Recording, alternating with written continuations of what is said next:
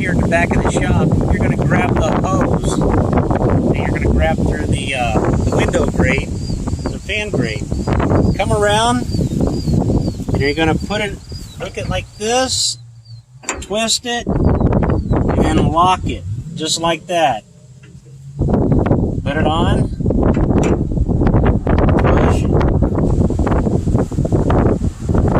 and lock. That's how you hook up the hose from the compressor.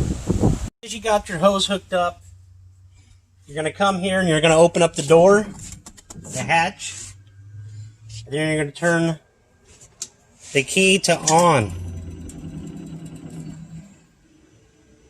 You're going to watch for these lights, and then it's going to take a little bit, and it's going to start itself after you hit the green. Alright, you give it a couple more seconds until you want air. Just watch it, and then you're going to hit this up and down arrow button right here. And there's it's going to rev up, and then there's your air.